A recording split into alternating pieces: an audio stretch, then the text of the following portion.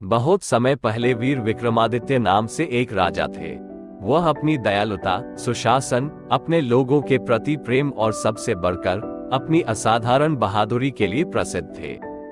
हमारे इतिहास में केवल कुछ ही लोगों को वीर की उपाधि से सम्मानित किया गया है।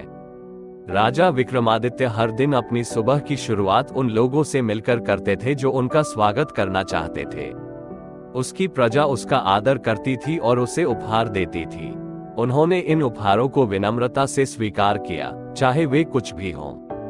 एक दिन एक तांत्रिक जैसा दिखने वाला एक साधारण सा साधु उनकी राजसभा में आया और उसने एक जंगली फल पेश किया।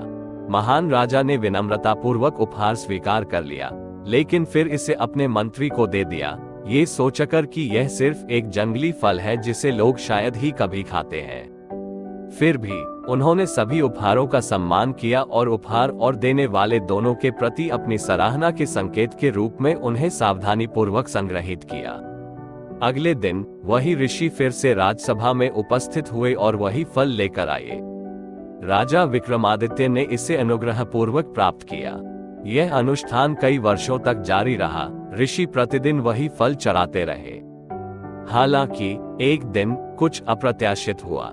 मंत्री की जगह राजा के शरारती बंदर ने फल छीन लिया।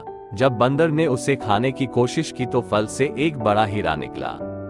वह इतना मूल्यवान था कि वह अपने दम पर पूरा राज्य खरीद सकता था। राजा ने तुरंत अपने मंत्री को उनके भंडारण की जांच करने का आदेश दिया। वे आश्चर्यचकित रह गए जब उन्होंने पाया कि यह उसी तरह के महंगे बड़े पत्थरों से भरा हुआ था जिससे उनका राज्य दुनिया में सबसे अमीर बन गया। अगले दिन जब ऋषि सभा में लौटे तो राजा विक्रमादित्य खड़े हुए और सम्मानपूर्वक पूछा, हे पवित्र ऋषि, आप कौन हैं? कृपया अपना परिचय दें। ऋषि ने उत्तर दिया, वीर विक्रमादित्य, आपको जागरूकता हासिल करने में वर्षों लग गए। जीवन हर दिन विभिन्न रूपों में अविश्वसनीय अवसर प्रदान करता है, लेकिन यदि आप जागरूक नहीं हैं, तो आप उन्हें पहचान नहीं पाएंगे और सही अवसर की तलाश करेंगे। विक्रमादित्य को ऋषि का संदेश समझ में आ गया। उन्होंने बहुमूल्य उपहारों और सबसे बढ़कर जागरूकता की सीख के लिए अपना आभार व्यक्त किया। उन्होंने पूछा, क्या मैं आपके लिए कुछ कर सकता हूँ? मैं आपकी सेवा करने के लिए उत्सुक हूँ। ऋषि ने उत्तर दिया, ऐसा प्रतीत होता है कि आप अब तैयार हैं। मैं जानता था कि आप एक बहादुर राजा थे, लेकिन मैंने आपके आंतरिक जागरूकता विकसित होने का इंतजार किया।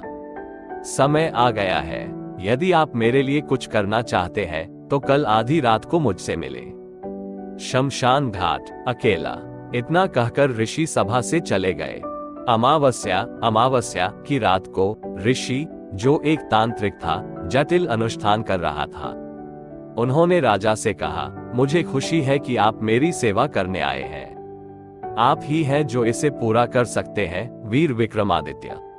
मैं इतने वर्षों से आपके जागरूक बनने का इंतजार कर रहा हूँ। उन्होंने राजा को पांडावरण्य जंगल की गहराई में यात्रा करने का निर्देश दिया, जहां उन्हें लटकती लाशों से सजा हुआ एक विशाल पीपल का पेड़ मिलेगा। ऋषि ने राजा से देवी के सम्मान में एक विशेष अनुष्ठान के लिए इनमें से एक शव को वापस लाने का अनुरोध किया, और इसलिए राजा विक्रमादित्य पांडावरण्य जंगल में एक गहन यात्रा पर निकल पड़े। ये कहानी वही शुरू होती है।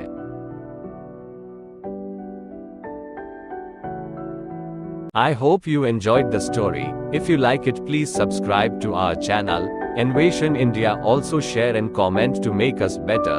You can check out our website innovationindia.in. Click the bell icon to get notified for our new stories. Thanks for your time. We'll meet soon in the next story. Till then, let's explore.